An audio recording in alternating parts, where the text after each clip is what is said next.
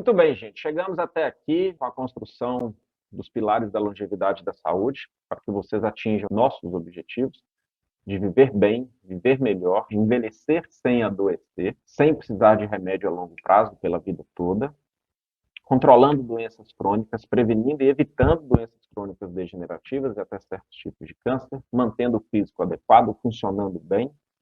Esse é o foco do meu trabalho, que eu individualizo nas consultas, com avaliação de exames laboratoriais, com prescrição da alimentação individualizada, com o tratamento e a suplementação personalizada.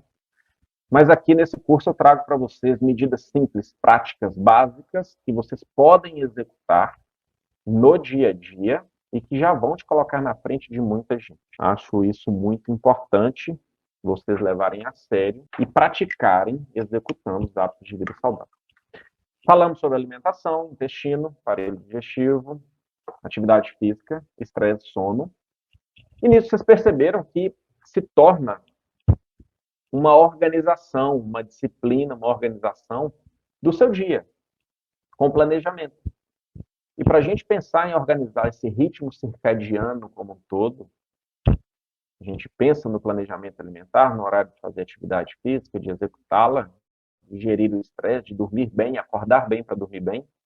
A gente pode inserir, em alguns casos, talvez até para todos, exceto algumas exceções, e tem agora a forma de se fazer isso é individualizado, mas eu vou falar aqui hoje sobre jejum intermitente. Como que o jejum, ou seja, ficar algum período sem alimentar no seu dia, fazendo certo no período alimentar, pode trazer benefícios extremos no que diz respeito a anti-inflamação, desinflamação, antioxidação, aumento da função cognitiva, melhora da função mitocondrial, controle do estresse exatamente por você ter resiliência ao saber lidar com uma fome, com uma vontade de comer, você aprende a lidar com isso, depois de tempos treinando, você aprendeu a lidar com a fome, com a vontade de comer, você fica resiliente, você fica disciplinado às outras questões, da ansiedade, do estresse. E mais, controle e tratamento da resistência insulínica, excelente para o paciente diabético ou pré-diabético, não vai fazer hipoglicemia se não estiver usando insulina, é claro, porque seu fígado produz glicose. Então, a técnica de jejum intermitente vai muito além de uma dieta.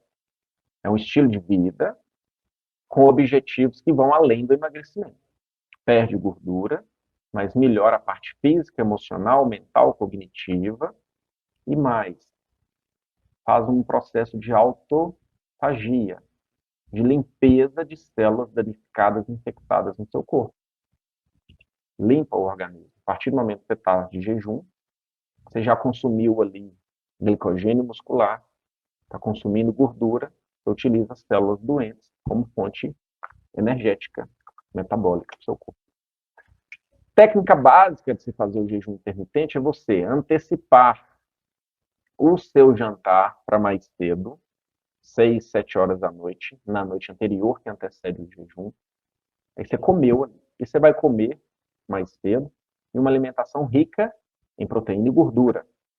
Carne, churrasco, excelente, por exemplo, num domingo, à tarde ali, que seu almoço é mais tarde, você faz ali só aquela refeição no domingo, pode ter feito café da manhã, faz o almojanta ali, né, o almoço de churrasco, ali 3, 4 horas da tarde, encerrando, depois não come mais, aí você tem que beber água.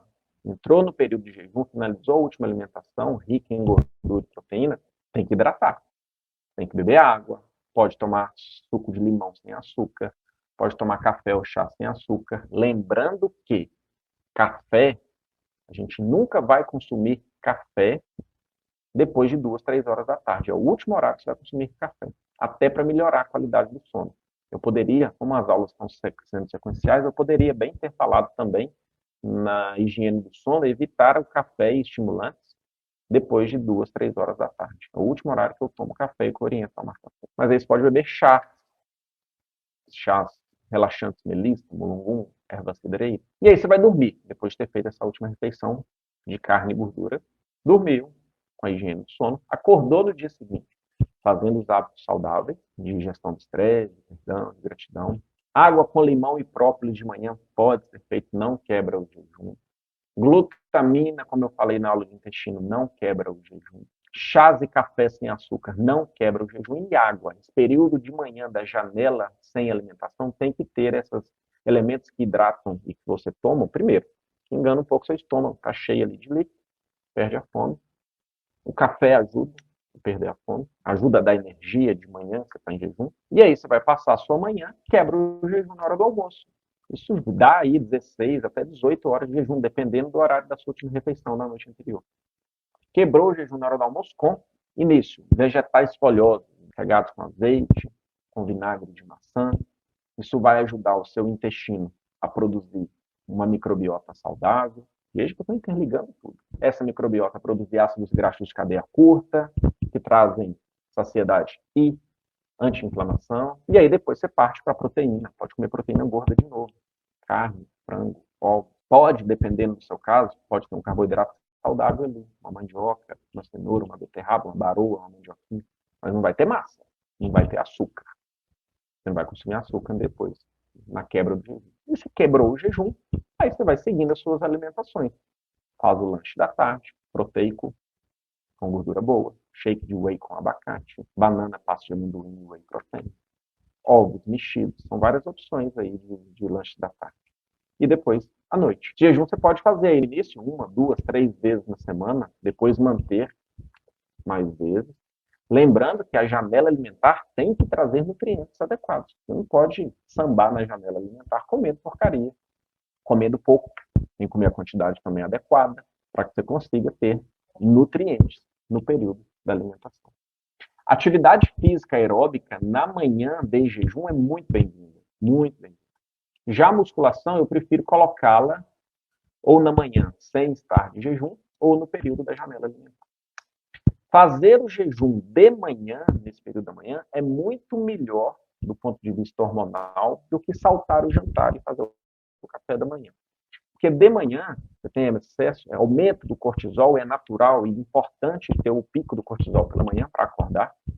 Se você come ali muito açúcar ou carboidrato, você aumenta também a insulina e aí você vai ter inflamação, resistência insulínica, e vai atrapalhar o restante todo do seu dia. Então, do ponto de vista circadiano hormonal, o jejum de manhã é muito bem-vindo. Todo mundo fala, mas o café da manhã não é a refeição mais importante do dia? Na verdade, a frase tem que dizer o seguinte: a primeira refeição do dia é a mais importante. Aquela que vai quebrar o jejum. Não necessariamente precisa ser o café da manhã. Aprender um pouco sobre jejum intermitente. O jejum de 24 horas pode ser feito no final de semana que você exagerou muito, saiu muito da alimentação saudável. Aí a última refeição você faz certa no domingo e faz a refeição 24 horas depois. Salta também o almoço, o lanche da tarde e vai até o jantar. É possível com pessoas treinadas e que tenham essa mentalidade, essa resiliência para lidar com a fome. E a fome passa. Depois de um tempo de jejum, olha, com 12 horas você já acabou de queimar o glicogênio muscular, já começa a queimar gordura. Com 16 horas, 14, 16 horas, você já está em cetose e acabou a fome. Você está queimando ácidos graxos ali, né, em plena cetose, altamente cognitivo, com clareza mental, muita energia. Quem chega até as 18 horas faz 24 tranquilo. O mais difícil é o início, as primeiras ali 14 horas. Depois, vai bem. Correto? E tem diversos benefícios positivos. Eu já uso na minha prática pessoal e clínica há muito tempo. E ajuda no tratamento da resistência insulínica.